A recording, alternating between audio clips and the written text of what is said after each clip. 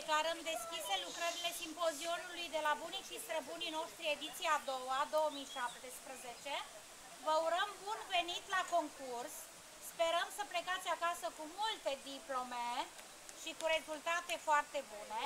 Să lucrați frumos, nu vă grăbește nimeni, veți avea timp o oră jumătate să vă desfășurați până la ora 11:30 și apoi, după ce ați terminat lucrarea, toți copilașii se spală pe mâini și vor veni aici la masă, vă veți așeza la masă pentru că vom servi împreună masa să ne bucurăm de rezultatele muncii noastre, da?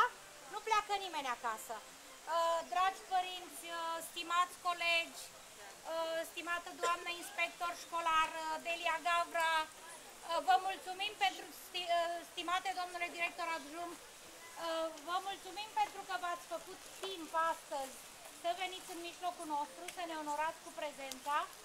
Sperăm să nu regretați că v-ați rupt din timpul dumneavoastră prețios